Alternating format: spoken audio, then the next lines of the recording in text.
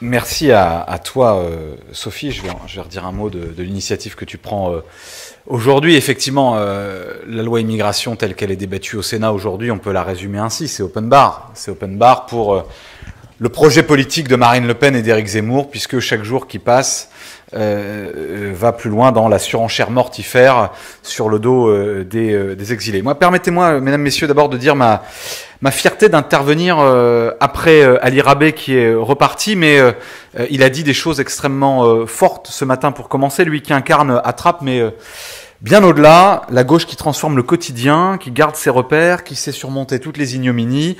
Il l'a rappelé tout à l'heure, moi je n'oublie pas les injures, y compris à gauche, il l'a rappelé aussi. Et Ali, dans la veine de ce que nous faisons et de ce que nous disons aujourd'hui, n'a jamais baissé la tête et loin des plateaux de CNews, loin des diffamations de quelques éditorialistes et des droites, loin des mensonges du ministre de l'Éducation nationale d'alors, il a su tenir bon. Les trappistes ne s'y sont pas trompés et l'ont réélu largement, très largement. Tout ça pour dire, puisque c'est un peu le message de ce matin, que le pire n'est jamais certain, que la sincérité des convictions payent, que la droiture permet de garder la tête haute. Voilà les leçons qu'Ali Rabet nous a données ce matin et qui, je crois, sont précieuses pour les travaux que nous menons ensemble. Je veux évidemment remercier Sophie, ma collègue et amie Sophie Taillé-Polian, pour l'initiative de cette matinée de réflexion qui préfigure l'action qui doit être la nôtre et qui fait sens, qui fait lien avec la bataille que nous menons sur la loi immigration, qui est, je crois le dire sans emphase inutile, l'une des plus grandes batailles politiques, culturelles, morales du siècle qui est le nôtre. Cette action, elle est d'abord une action de résistance à l'ère du temps et à l'ère rance, et c'est ça le message qui est le nôtre dans le cadre de ce débat sur la loi immigration. Alors sur la question d'immigration, je connais les sondages, je lis les éditoriaux, je sais l'état de l'opinion, j'ai conscience que nous avons le vent de face. Et alors ? La noblesse de la politique, c'est de convaincre, et je suis convaincu que nous ne partons pas de si loin en réalité. Nous avons les faits avec nous pour déconstruire les mythologies nauséabondes qui se diffusent. Je prends un exemple.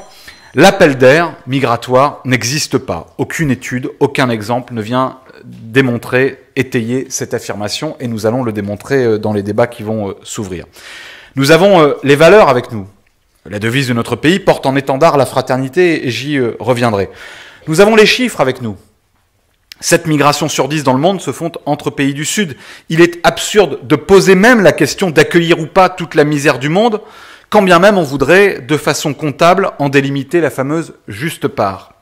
Je veux le dire d'ailleurs, je refuse pour ma part dans ce débat qui s'ouvre d'entrer dans la question de la loi immigration en considérant qu'il faut faire des exilés, des nouveaux arrivants, des variables d'ajustement économique.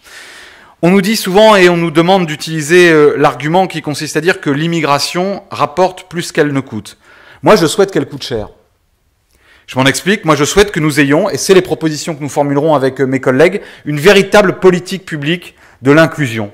Qu'il y ait un véritable investissement public sur la solidarité. Voilà, là aussi, l'une des batailles que nous voulons mener. Nous avons donc les valeurs.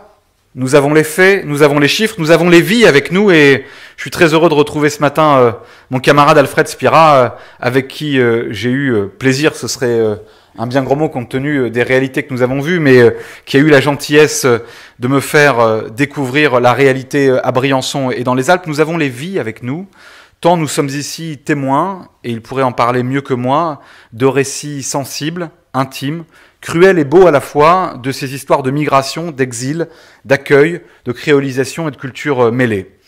Nous avons la lucidité de l'expérience avec nous.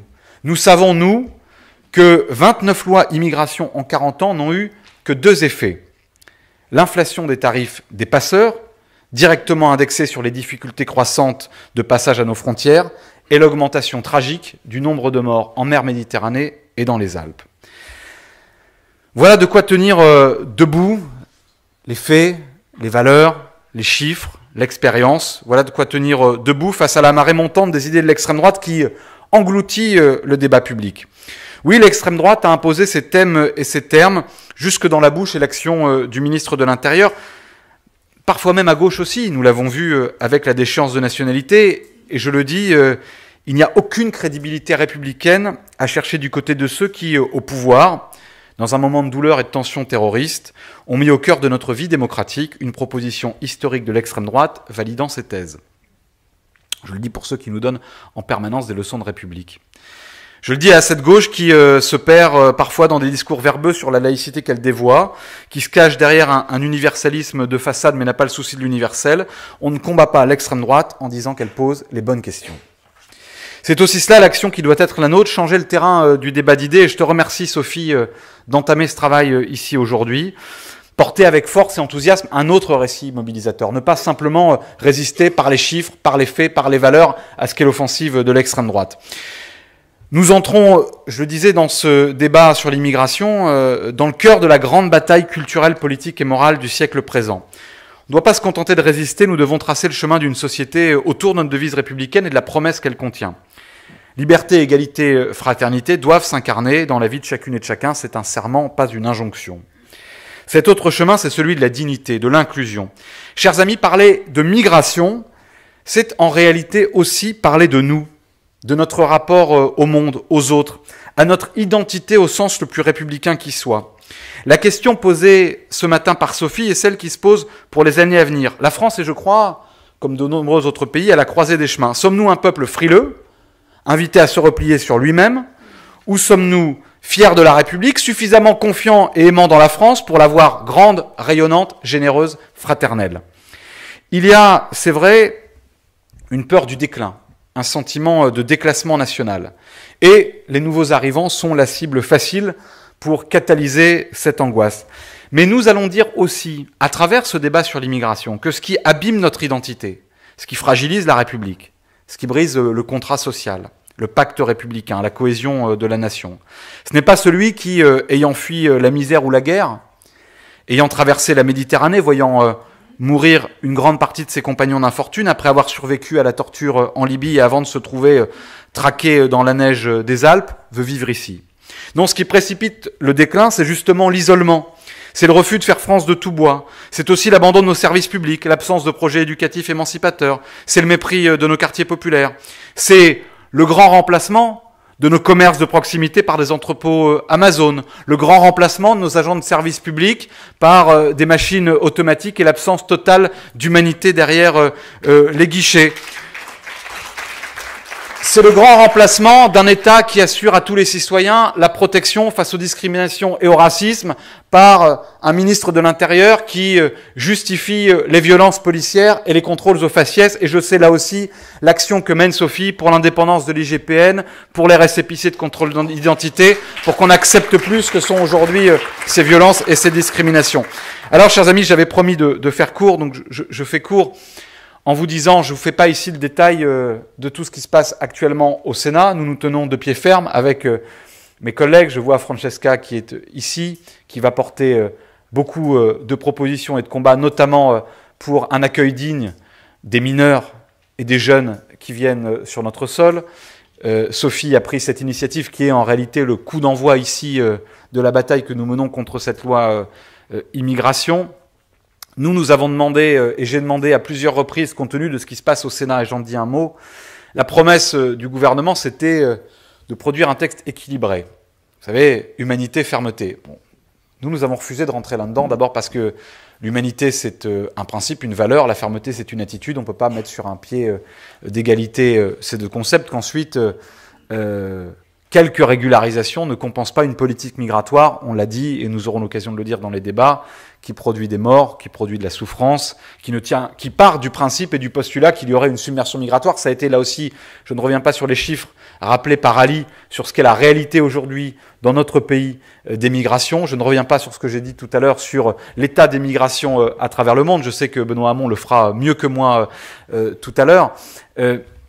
Nous sommes dans ce moment-là, dans cette réalité-là. Nous avons refusé, nous, d'entrer dans un espèce de marchandage avec la majorité présidentielle qui cherche en réalité à équilibrer entre les droites et l'extrême droite son texte, même si évidemment nous soutiendrons, nous voterons toutes les mesures qui permettront des régularisations parce que quand c'est mieux que rien, eh bien nous prenons pour changer la vie de quelques personnes, mais nous refusons, je l'ai dit, l'approche comptable qui est faite de l'immigration. Et aujourd'hui, on voit bien au Sénat Compte tenu de l'incapacité du gouvernement à produire un texte, entre guillemets, équilibré, nous sommes dans un marchandage ouvert avec la droite la plus rance, avec la droite la plus dure, pour gagner quelques voix.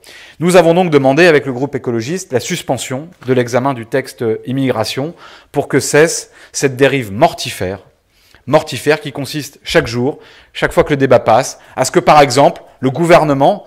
Je rappelle qu'Emmanuel Macron a été élu et réélu 2 fois dans notre pays uniquement parce que des millions de gens, comme moi, comme beaucoup d'entre vous, j'en suis sûr, de bonne volonté, ont voulu simplement faire barrage à l'extrême droite, au racisme et au nationalisme, que le gouvernement, au Sénat, a donné ce qu'on appelle un avis de sagesse sur la suppression de l'aide médicale d'État. Avis de sagesse, pour celles et ceux qui ne sont pas spécialistes de procédure parlementaire, ça veut dire faites ce que vous voulez. On ne s'oppose pas à votre proposition. C'est quand même, pour ceux qui se sont prétendus en 2017 le temple du progressisme et le camp de la raison, qu'à une ministre de la République, dans une espèce d'indifférence générale, refuse de mener la bataille contre la suppression de l'aide médicale d'État, qui est une vieille revendication de l'extrême droite, montre bien là aussi ce qu'est la dérive de ce gouvernement, et nous ne sommes évidemment pas rassurés sur les déclarations du ministre de l'Intérieur, et donc nous demandons la suspension de l'examen de ce texte pour revenir à la raison. Et je sais aussi qu'un certain nombre de propositions émergent dans les ONG, dans la société, pour que ce débat soit éclairé par l'intelligence citoyenne, par la parole des chiffres, de la science, des experts, plutôt que par les éditoriaux de Pascal Praud et compagnie, qui diffusent avec eux leur fameuse théorie du grand remplacement. Alors voilà, chers amis, dans la bataille, ils ont la peur et le mensonge. Nous avons la vérité et l'espoir. Je sais, je l'ai dit, que nous avons le vent de face, mais grâce à des matinées comme celle-ci, grâce au travail qui est mené par Sophie et par d'autres, je ne doute pas qu'à la fin, nous ferons entendre raison et nous ferons entendre ce que sont nos belles valeurs de liberté, d'égalité et de fraternité. Je vous remercie, et nous avons évidemment ici, pendant ce débat parlementaire, besoin de votre soutien, de votre mobilisation. J'ai pu apprécier auprès d'Alfred Spiral au week-end dernier la force. Voilà, on dit la France résignée, on dit la France repliée sur elle-même. Il y a un tissu associatif, un monde d'ONG, de militants, de bénévoles qui chaque jour font vivre les valeurs d'humanité et de fraternité et qui finalement sauvent l'honneur qui est le nôtre collectivement. Je veux leur dire que c'est à elles et à eux que nous penserons quand, dans cette bataille difficile, nous porterons nos propositions et nos combats.